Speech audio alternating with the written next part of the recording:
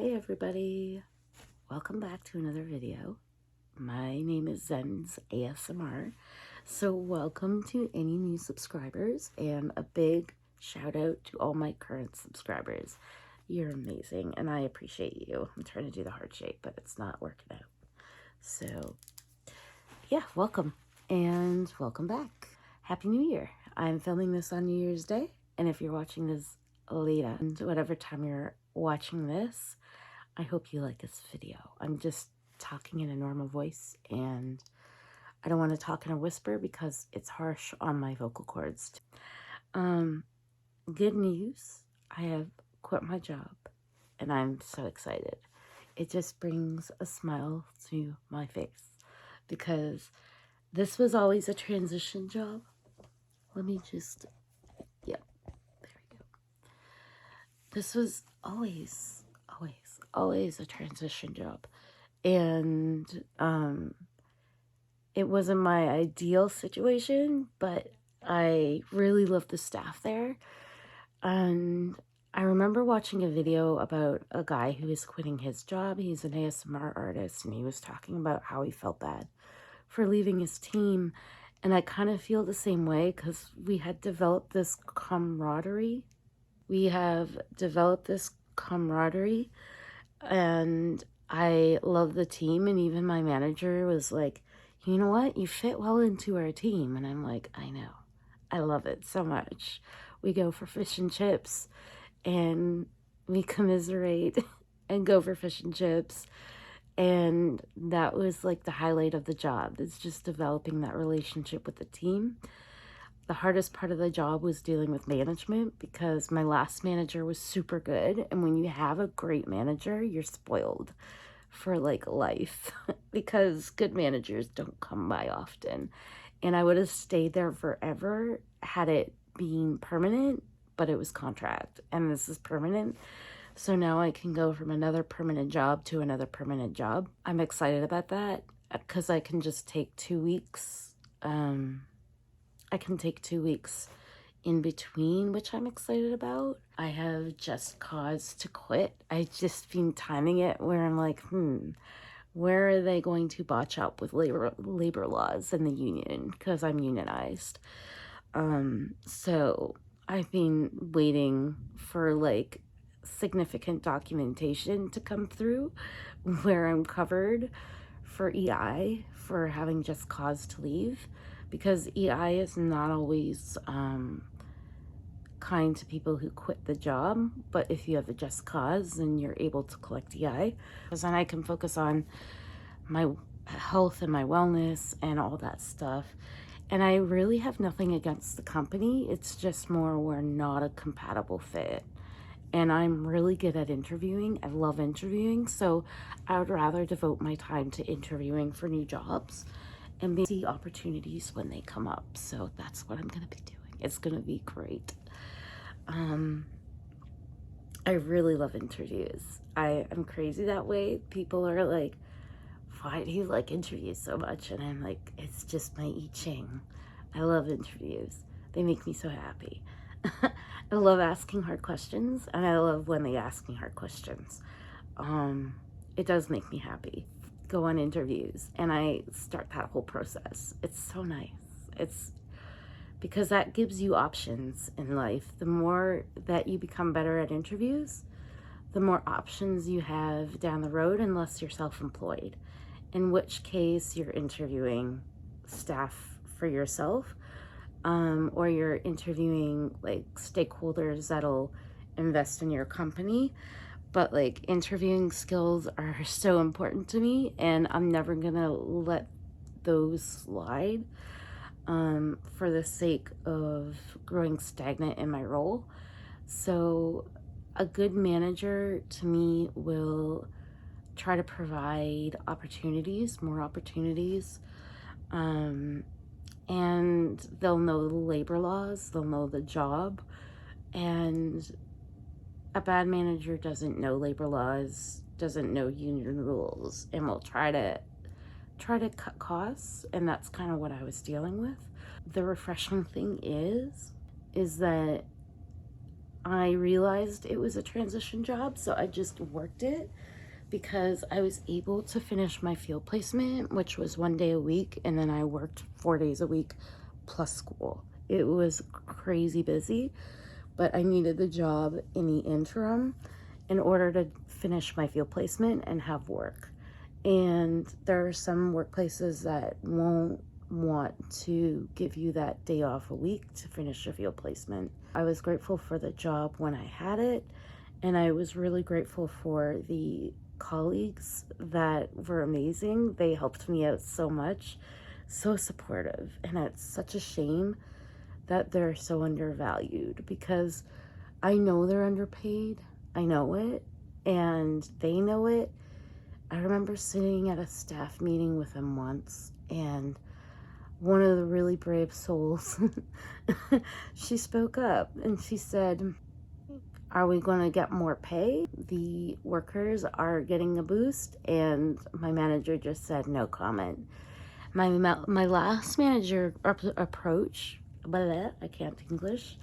My last manager's approach would be somewhat different. She would say, I'm advocating for you, I hear you, and I agree.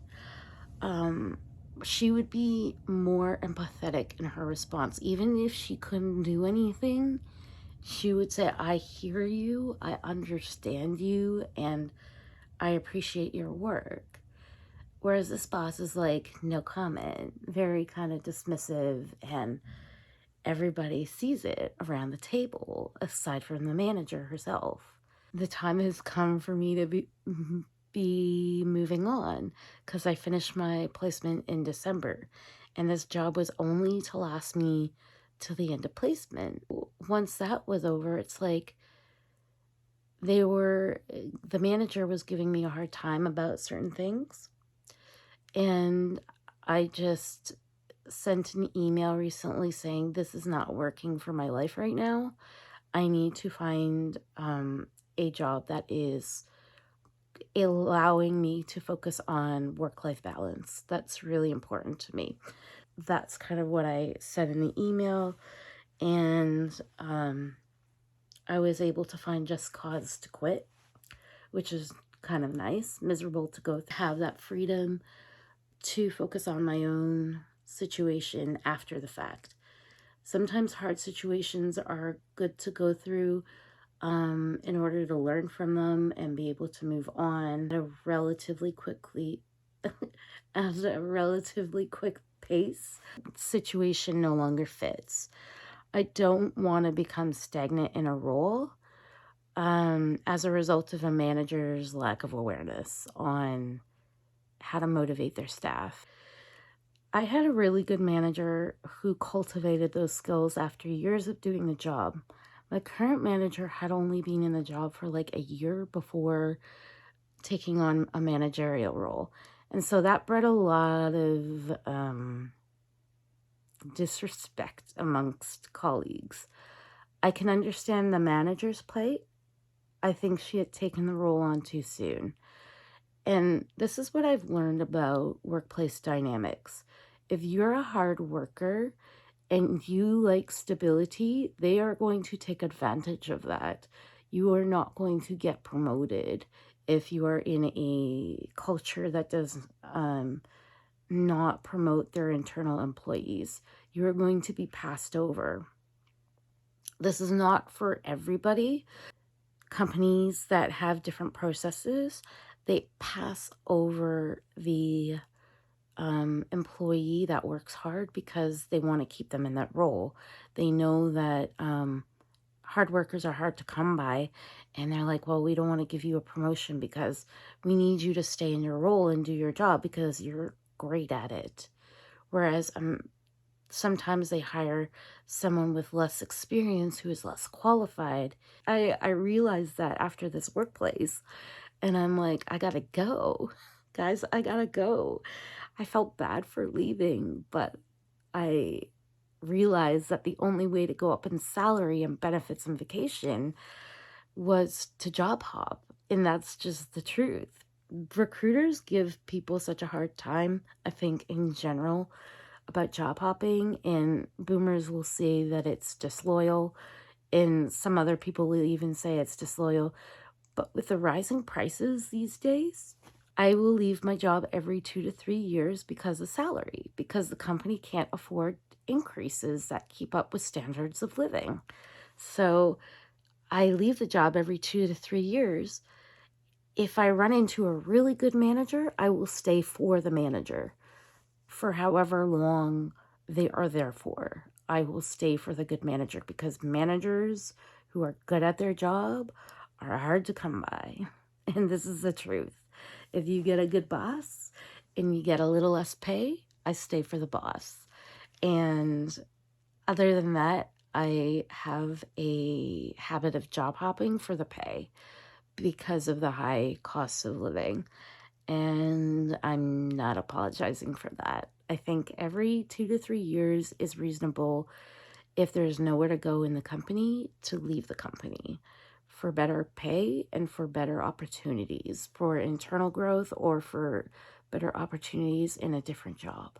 I finished my graduate certificate where I took 8 courses to kind of up my salary. I was still working through the certificate, and I got a job in the field that I wanted, but it was lower pay. The manager was really good, but it was only contract. When I finished the contract, I moved on to a permanent position with not a great manager, but amazing team. And so I worked in that job from September to January, basically, because staying there would be stagnation. It wouldn't work for me. It wouldn't work for them. And I'm very upfront about when something is not working for me anymore. So when I got all the documentation for my just cause to quit, but I think I need a month, and then I will take another role that is permanent and hopefully has a better manager, because I think having a boss that is supportive is really important, who knows how to communicate, who has leadership skills. And I've learned a lot from this last job. So I'm really grateful for this opportunity that I had. Even though it was challenging, it was still a learning experience. I hope that makes sense. If it doesn't, that's okay too, because this is a ramble and its goal is to help just provide chill hangout moments with all my lovely, lovely subscribers and new subscribers. So you're amazing, by the way. So thank you. And a big shout out to my niece and nephew who are watching this channel. And a big shout out to everyone else who just recently joined. And for those who have been watching, I really appreciate it. Like I said, I wouldn't be making these videos if I didn't have a supportive audience. And you guys have been so amazing, so I really appreciate it. I'm excited to share an update with you in like a few weeks to share what happens. It's kind of like you're seeing things live. And I'm really grateful for my employer for giving me this opportunity that I had from September to December. Even though the management was lackluster, I'm still grateful for this opportunity to be in the field that I'm in so that I can find a better opportunity for myself. Every job has its reason for a season, and I'm just excited to move forward and focus on self-care. So it'll be so much fun to get my 10,000 steps to 20,000 steps and to be doing weights again, because I've been working 40 hours a week plus school plus my business. It's insanity that I expected myself to keep up to those levels, and I just realized, oh, I need to focus more on self-care for the next few months until I get a new job. So that's what I'm gonna do. I hope everyone has a happy new year. And if you have any video games that you recommend that I play, like EldenRing, or I don't know, I'm wondering, my voice is going, so I'm going to pause here. I'm wondering what I need for like EldenRing to play on Do I need like some kind of gaming equipment? I'm a newbie at gaming. I have no idea. Just no idea. I'm kind of clueless on gaming and what equipment I need. Do I need a PlayStation? What do I need? So, like, I'm just kind of curious what equipment I would need and how I would go about filming it creatively so that it would be entertaining for everybody and still like focusing on camera adjusting at the same time.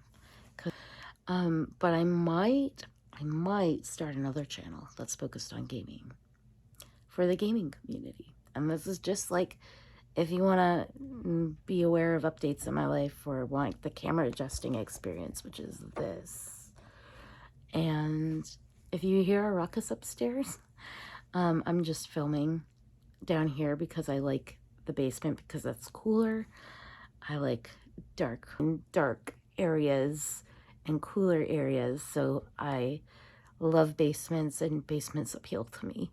Hence why I do all my filming in the basement. Yeah, my dog's up right now. He's like causing all sorts of shenanigans up there. So I hope you enjoyed this video. Happy New Year. I will talk to you all later and have a great week. Bye, everybody.